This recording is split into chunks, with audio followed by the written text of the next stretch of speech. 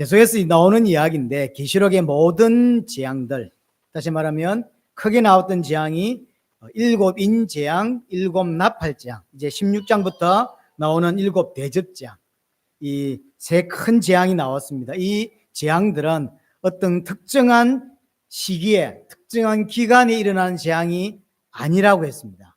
언제 일어난 재앙이냐면 교회 시대 전체에 일어나는 재앙이다라고 했습니다.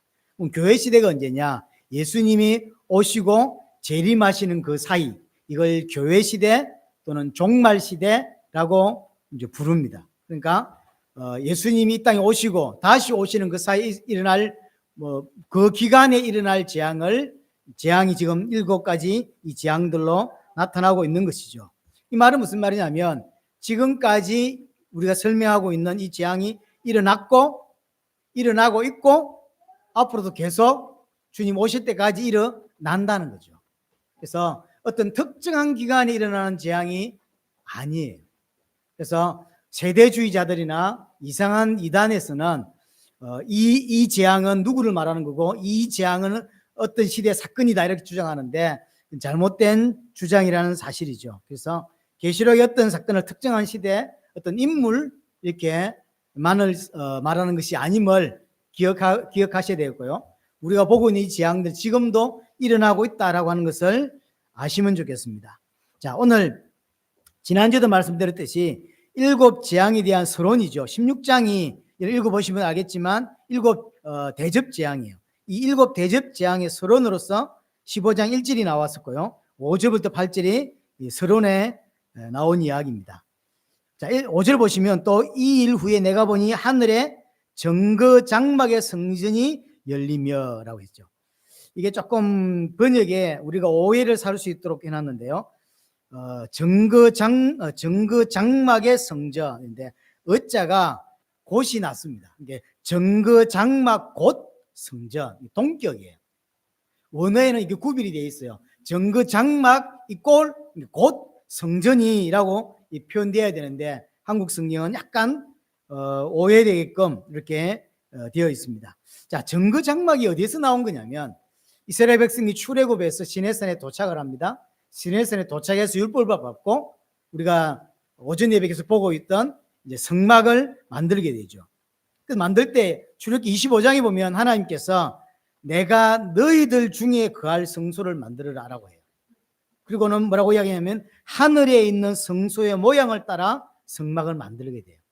그러니까 모세 보고 성막을 만들라 그러죠. 성소를 만들라고 합니다. 그런데 그것을 그냥 모세의 임의대로 만드는 게 아니라 하나님이 보여준 대로 만들어요. 그럼 쉽게 말하면 이 땅에 있는 그 모세가 만들었던 그 성막은 하늘에 있는 하늘 성소의 모습을 따서 만들었다는 거죠. 자기 마음대로 만든 게 아니란 이야기죠. 그게 내가 임재할 거고 그것을 통해서 내가 너희와 함께 하겠다라고 이야기하는 거죠.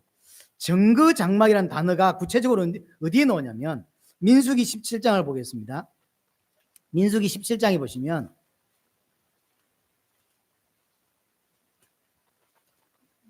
(17장) 7절 8절입니다. 민수기 17장 7절 보세요. 모세가 그 지팡이들을 정거의 장막 안 여 앞에 두었더라. 정거의 장막이라는 단어가 나왔죠. 8절에도 이튿날 모세가 정거의 장막에 들어가 본적 그랬죠. 정거의 장막.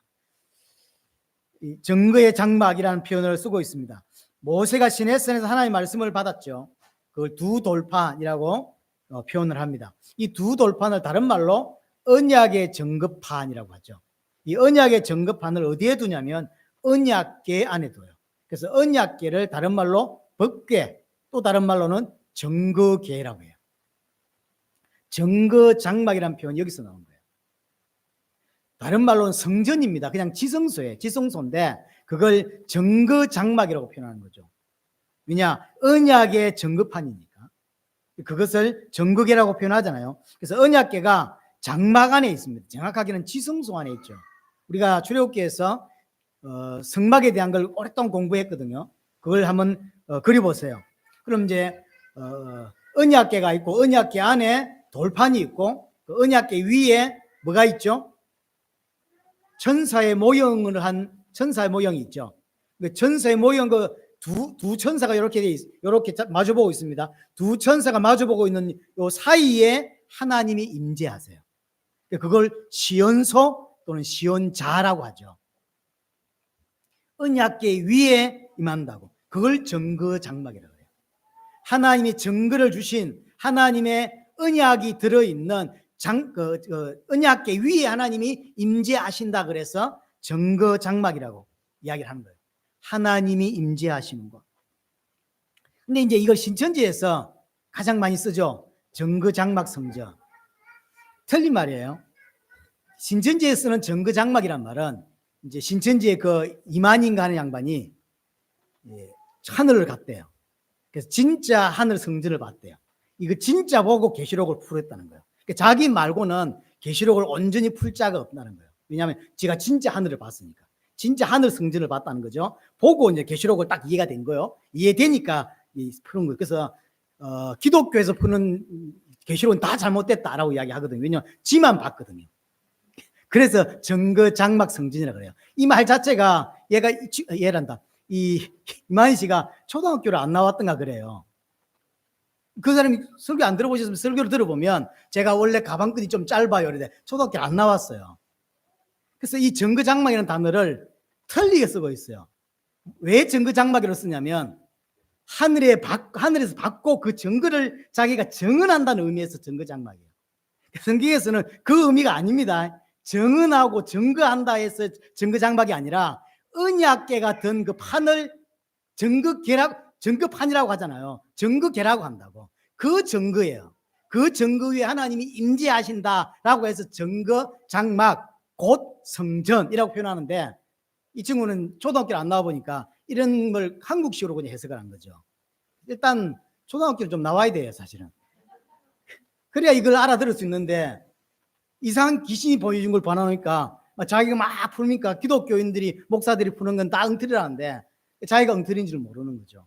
그 의미가 아니죠. 그러니까 하나님이 정거판 위에 임재하신다. 정거궤 언약궤 위에 임재하신다라고 해서 정거장막 이렇게 표현을 하는 것입니다. 거기에 8절에 보니까 그 정거장막 성전에 연기가 가득 찼죠. 하나님의 영광이 가득 찬 모습이죠. 오늘 햇빛 우리가 봤죠, 이걸. 출애굽기 40장 마지막 절에서 봤단 말이에요. 오늘 오전 예배하고 거의 많은 부분이 통합니다. 자, 정거장막을 이야기하면서 뭐와 연결시키고 있냐면 심판과 연결시키죠. 왜 정거장막으로 가지고 심판을 연결시킬까요? 심판의 근거가 뭐냐 말이에요. 언약이죠. 말씀이란 말이에요. 율법.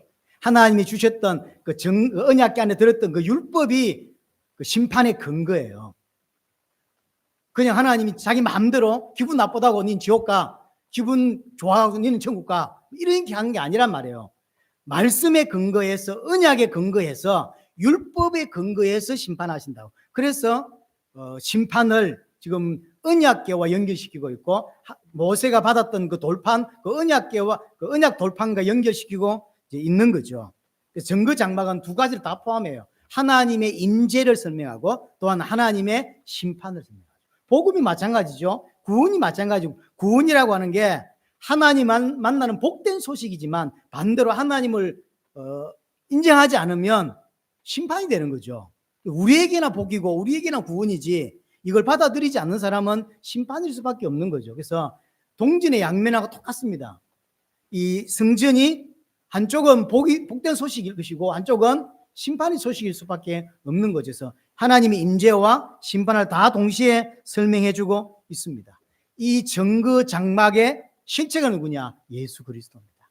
그래서 예수 그리스도 실체가 오시기까지 이 땅에서 하나님을 설명하고 하나님을 만나게 하고 인간의 죄를 해결하게 했던 게 성전의 역할이었습니다. 그 성전이 예수님 오심으로 이제 필요했다 없다? 필요가 없어진 거죠. 왜냐? 실체가 오셨으니까. 그래서 요한복음 2장에 성전 파괴 사건이 나오죠. 일반 목사님들 성전 정화라는데 정화가 아니에요. 필요 없는 거예요. 예수님이 뭐라냐면 이 성전을 헐어라, 무너뜨려라. 내가 3일 만에 다시 짓겠다 그러죠. 그리고 이 말을 일단 유대인들은 못 알아들었습니다. 왜냐? 무슨 말이냐면 요한복음 2장 19절에 보면 자신의 육체를 두고 말한 거다 그랬죠. 자신의 육체. 예수 그리스도께서 십자가에서 죽고 부활한 그 육체를 두고 3일 만에 성전을 일으키는 그 이야기를 했거든요. 이야기를 요한복음 1장 14절에서 계속하고 있습니다. 요한복음 1장 14절에 말씀이 우리 가운데 거하심이라고 했죠. 거하심이가 거하심이 아니라 그랬습니다. 말씀이 우리 가운데 장막을 치심이라고 했어요. 거하심이가 장막을 치심이에요. 하나님이, 예수님께서 이 땅에 참 성전으로 오시기 때문에 보였던, 예표였던, 그림자였던 그 성전은, 헤롯 성전은 필요가 없다는 거죠. 그래서 무너뜨리라는 거죠. 참 성전이 왔다는 거죠. 우리를 하나님 알게 하고 구원받게 하고 하늘, 새하늘과 새 땅으로 인도할 수 있는 진짜 성전이 왔다는 거죠. 그분이 예수 그리스도입니다. 똑같은 이야기가 히브리서 9장에 나오죠. 히브리서 기자는 뭐라고 말하냐면 모세 때 주신 성막, 그 성전은 모형이다 라고 해요. 옛 그림자다라고 하는 거죠. 언제까지 이 옛 그림자가 필요하냐? 실체이신 예수 그리스도가 이 땅에 오셔서 십자가 지고 부활하시는 구속사역이 일어나기 전까지 그림자로 활동을 하는 거예요. 하지만 예수 그리스도가 오셔서 십자가 지고 부활하심으로 하나님 만나는 길을, 새롭게 산 길을 열어버리면 옛날에 있던 성전 필요가 없는 거죠. 모형이 필요 없는 거죠. 진짜가 왔는데, 모델 하우스라고 하는 건 지을 그 아파트를 이렇게 짓는다. 그래서 당신들 살고 싶은 사람들은 청약을 해라 라고 보여주는 거라고. 그리고 아파트가 다 지어버리면 모델 하우스는 없애버리죠. 필요 없는 거죠. 실체가 나타났기 때문에. 똑같은 거죠. 이 땅에 실체가 오기까지 성전의 모형을, 그리스도의 모형으로서 성전이 존재했고, 그리스도가 오셨기 때문에 예수님이 다 헐어버리라 라고 이야기하는 거죠. 그리고 그래서 성전은, 구약의 성전은 언제까지 필요하냐면 그리스도가 오셔서 십자가 지고 부활하신 그 구속사역을 완성할 때까지만 존재하는 거예요. 그 뒤로는 필요가 없는 거죠. 그래서 예수님께서 육체로 자기 몸을 찢으심으로 휘장을 찢어버렸죠.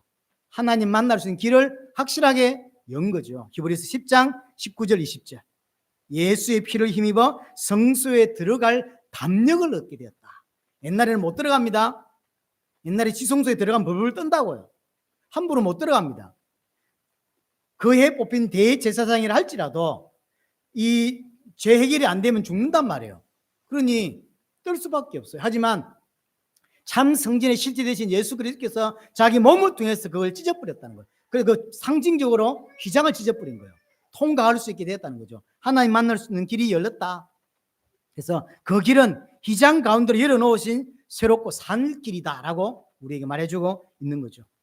5절에 성전이 열렸다 그랬죠. 하늘 성전이 열렸다라고 합니다. 휘장이 열렸다는 이야기고 하나님께 나아갈 수 있게 되었다라는 거죠.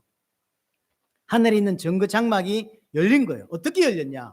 반복되죠. 예수 그리스도의 십자가 부활 사건으로 열려버렸어요. 이제 우리가 들어갈 수 있게 되는 거죠. 그래서 그 열린 성전으로, 그 성수 안으로 우리를 불러주게 된 거죠. 예수 그리스도의 피를 힘입어 담대히 하나님의 보좌 앞에, 하나님의 성전에, 지성소에 나아갈 수 있게 된 것이죠. 그 성전에서 하나님이 영원히 함께하게 되는 것입니다. 이게 구원의 원리죠. 근데 이것이 이제 한 발짝 더 나아가서 오전 예배 계속 반복되고 있는데요. 우리를 하나님이 거하시는 성전으로 삼아 주신 거죠. 하나님의 성령이 우리 안에 내주하심으로 이제 성전에서 하나님과 만나는 게 아니라 이제 내 안에 주님이 오신 거죠. 나와 영원히 함께 하시겠다라고 이야기를 하죠. 오늘 표현을 보면 성전이 열렸고 우리가 이미 성전에 들어가 있는 걸로 표현하죠. 8절에 보면 성전에 능히 들어갈 자가 없다 그랬어요. 재앙이 끝날 때까지 성전에 아무도 못 들어간대요. 그런데 우리는 열렸고 우리 복은 들어왔다고 이야기를 합니다. 우리는 들어가 있는, 벌써 우리 입장에서는 미래의 일이지만 하나님은 뭐라고 표현하고 있냐면 들어와 있는 존재로 설명해 주고 있죠. 나머지는 다 그냥 가정일 뿐이죠. 때가 되었을 때 우리는 새하늘 새 땅에 온전히 들어가게 되는 것입니다. 자, 6절에 보시면 7 재앙을 가진 7 천사가 성전으로부터 나와 맑고 빛난 세마포 옷을 입고 가슴에 금띠를 띄었다 그러죠. 7 재앙을 들고 있는 7 천사가 성전으로부터 나옵니다. 그 뭘 들고 있냐? 하나님의 진노를 가득 담은 대접을 들고 있는 거예요. 이렇게 대접을 이제 들고 있습니다. 7절 보세요. 내 생물 중에 하나가 영원토록 살아계신 하나님의 진노를 가득히 담은 금대접 7을 그 7 천사에게 주니, 7 천사가 성전으로부터 나왔는데 내 생물이 이 천사에게 하나님의 금대접을 전달해 주죠. 그 7 천사가 그걸 받아가지고 땅에다가 쏟습니다. 땅에 쏟는 이걸 보고 7 금대접 재앙이라고 하는 거예요. 대접에 하나님의 재앙이 가득 찼죠. 그걸 땅에다가 들어 부은 거죠. 그걸 재앙이라고, 심판이라고 이야기합니다. 그럼 이게 천사가 하는 심판이 아니라는 말이잖아요. 천사가 자기가 심판 내리고 싶다고 심판 내린 게 아니라 하나님이 주권을 가지고 행하시는 심판인 거죠. 여기 이제 하나 주목해야 될 게는 내 생물이 나왔습니다. 계시록 4장에 한번 나왔던 단어입니다. 내 생물. 뭐 소, 사람, 뭐 표범 이렇게 나왔었는데 이건 모든 피조물의 대표라고 했습니다.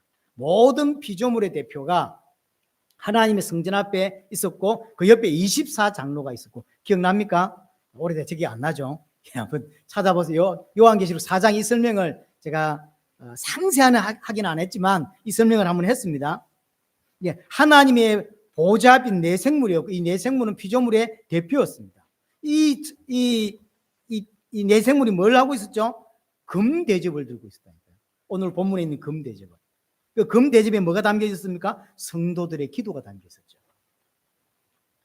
그 성도들의 기도는 계시록 8장에 나오는데 계시록 6장에 나오는데 계시록 6장에서 죽임당한 성도들의 기도가 뭐였냐면 딱 하나였어요. 하나님의 나라가 빨리 완성되게 해달라. 그래서 진짜로 복음을 알면 알수록 우리가 해야 될 기도는 하나밖에 없어요.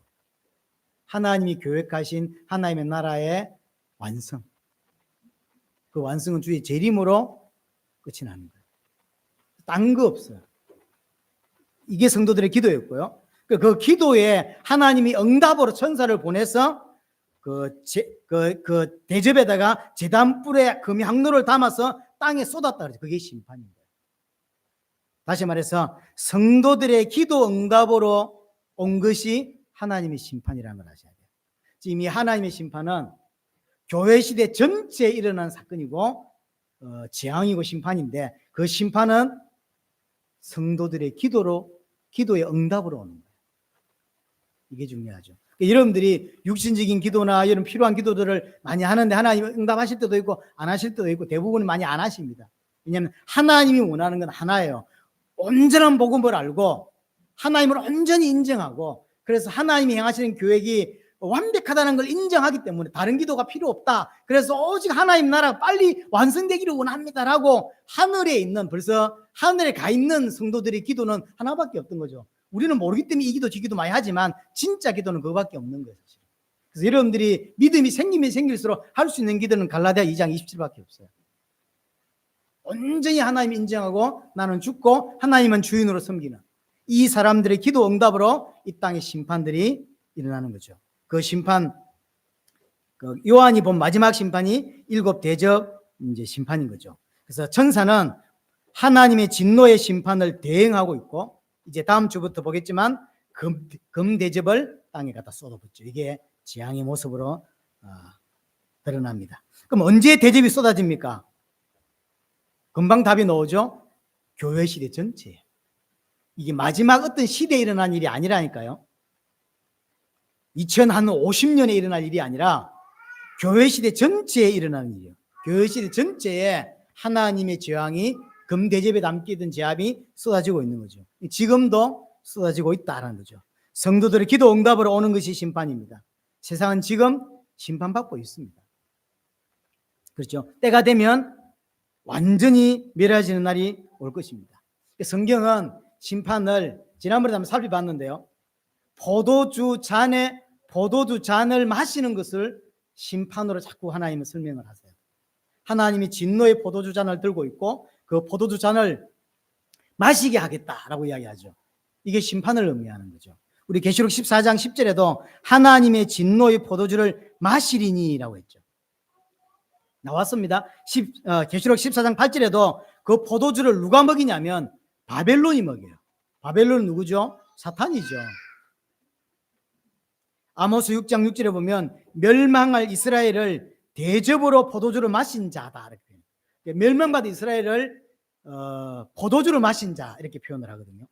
에레미야 25장 15절에도 진노의 술잔을 마시게 하라라고 되어 있어요. 하나님의 진노, 하나님의 심판을 받는 자를 말하고요. 이사야 51장 17절에도 그의 분노의 잔을 마실 에루살렘이여라고.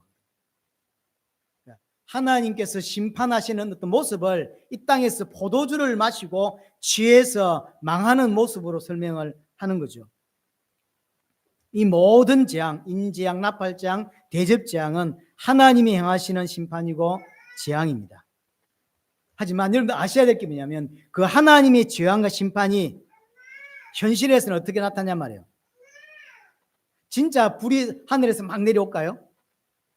포도주잔을 부었다면 하나님이 대접을 포도 대접 이게 금 대접을 쏟아 부었다면 그러면 하나님의 심판이 불심판이 막 하늘에서 막 내려오고 그게 아니에요. 어떻게 나타나죠? 인간의 죄성으로 나타나요. 인간의 죄성 때문에 인간 스스로가 죽이고 이러면서 심판으로 드러나는 거예요. 우리가 볼 때는 전쟁이에요. 그래서 앞에 인지양 나팔쟁의 내용이 대부분이 뭐였죠? 전쟁, 내전, 기근, 전염병 이런 거였죠. 그래서 우리가 얼마 전까지 있었던 코로나 같은 거 보면 하나님의 심판으로 봐야 되는 거예요. 이게 사람의 욕심, 사람의 죄성 때문에 나타난다니까요. 그래서 이 땅의 심판이. 물론 그 배경에는 하나님이 주권을 가지고 행하시는 거예요. 하지만 하나님의 주권을 행하시는 게 진짜로 이렇게 눈에 보이게 행하시는 게 아니라 사람들이 지금 악함으로 사람의 욕심 때문에 사람의 제약 때문에 스스로 싸워서 재앙으로 발생한다. 그게 현실에서는 그렇게 등장을 하는 것입니다. 그래서 앞으로 계속 무슨 질병이라든가 그 다음에 내전 이런 것들 전부 다 인간의 욕심 때문에 나타나는 거예요. 지금도 일어나고 있는 재앙이라는 거죠. 그럼 성도는 왜 이 심판을 받지 않습니까? 이유는 하나입니다. 모든 사람은 포도주 잔을 하나님의 진노의 잔을 마신다 그랬어요. 하지만 성도는 내가 마셔야 될 진노의 포도주를 예수님이 대신 마시기 때문이죠. 예수님이 마시기 때문이죠. 여러분 마태복음 26장 39절에 보면 예수님이 겟세마네에서 마지막 하는 기도가 뭐냐면 아버지여 이 잔을 내게서 지나가게 하옵소서. 이 잔이 뭡니까? 진노의 포도주. 오늘 금대접. 우리가 그 진노를 마셔서 심판받아야 되는데 예수님이 내 대신 심판받으셨죠. 예수님 두 번째 기도가 마태복음 26, 42절에 이 잔이 내게서 지나갈 수 없거든 아버지의 뜻대로 하옵소서라고 한다. 그래서 예수님 십자가 이제 죽게 되는 거죠. 그래서 예수님이 십자가 죽는 장면을 진노의 포도주 잔을 마시는 것으로 성경은 설명해 준다고. 우리가 받아야 할 심판을 예수님이 대신 그 마신 거예요. 그래서 우리는 심판을 받지 않는 것이죠. 예수님이 내 대신 심판을 당하셨기 때문에 나는 심판을 받지 않는 것입니다. 믿지 않는 자는 이미 그 포도주 잔을 마신 자들이에요. 자, 8절 마지막에 하나님의 영광과 능력으로 말미암아 성진의 연기가 가득 차매 이렇게 되죠. 우리가 출애굽기 40장 마지막 부분에서 34절, 38절에서 완성된 성막에 하나님의 영광이 가득 찬 걸 봤습니다. 구름이 성막 위에 덮였고 하나님의 영광이 성막 안에 가득 찼었죠.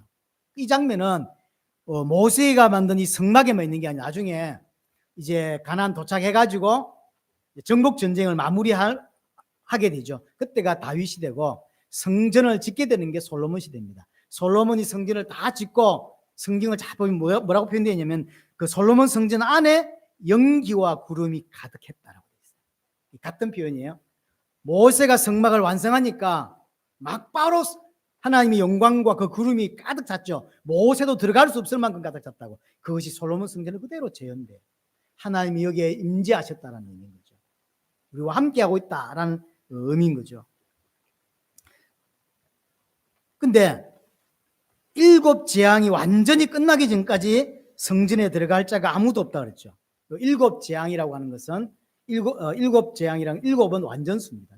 하나님의 모든 재앙을 말하는 것이고요. 하나님의 모든 재앙이 온전히 끝나기까지 행하시기 전까지는 성전에 들어갈 자가 없다라고 했죠. 이 들어갈 자가 없다는 개념은 조금 다르게 해석하는 게 맞습니다. 뭐라고 해석했냐면 성전에 들어가지 못한다. 그래서 시간적인 어떤 개념이 아니라 그 누구도 하나님의 심판을 막을 수 없다는 뜻이에요. 아무도 성전에 못 들어간다는 말이 아니라 하나님이 계획하신 이 심판은 그 누구도 막을 수 없다. 누구도 피할 수 없다. 반드시 이 심판은 일어날 수밖에 없다는 거죠.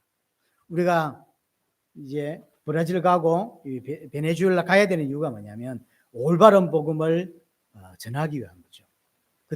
그들 중에 구원받을 자, 그들 중에 제자가 있을 수 있습니다. 그래서 하는 거예요.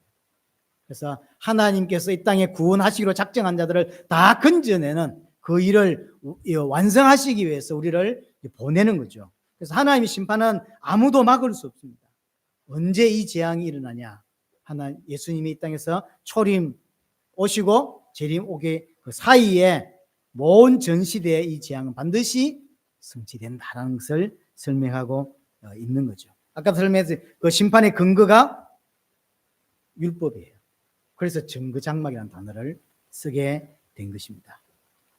내가 그 심판을 받아야 되지만 예수님이 내 대신 그 잔을 마셨기 때문에 그 금대접을 마셨기 때문에 우리는 심판받지 않습니다. 예수 그리스도의 십자가의 피를 덮은 사람만 심판을 피할 수 있는 것이고 그걸 예수 그리스도를 믿지 않는 사람은 이미 심판을 받은 거예요. 오늘 5절부터 8절 이야기는 16장 7대접의 서론 이야기를 하고 있는 것입니다. 이 심판은 아무도 막을 수 없다는 것이고 반드시 성취되는 것이고 성취될 일을 우리에게 성취될 수 있도록 우리에게 또 은혜를 주셔서 저런 나라들을 방문하게 하고 제자들 잡아 세워서 그 나라를 살릴 수 있도록 돕는 역할을 하게 되는 것입니다. 지금 우리가 하나님이 행하시는 그 중요한 역사 앞에 있는 것이고 하나님이 그 인도 속에 우리가 있다는 사실을 기억하시고 지금도 하나님의 심판이 이 땅에 임하고 있다는 것을 기억하셔야 됩니다. 그 하나님 앞에서 살아내는 인생들이 꼭 되시기를 바랍니다.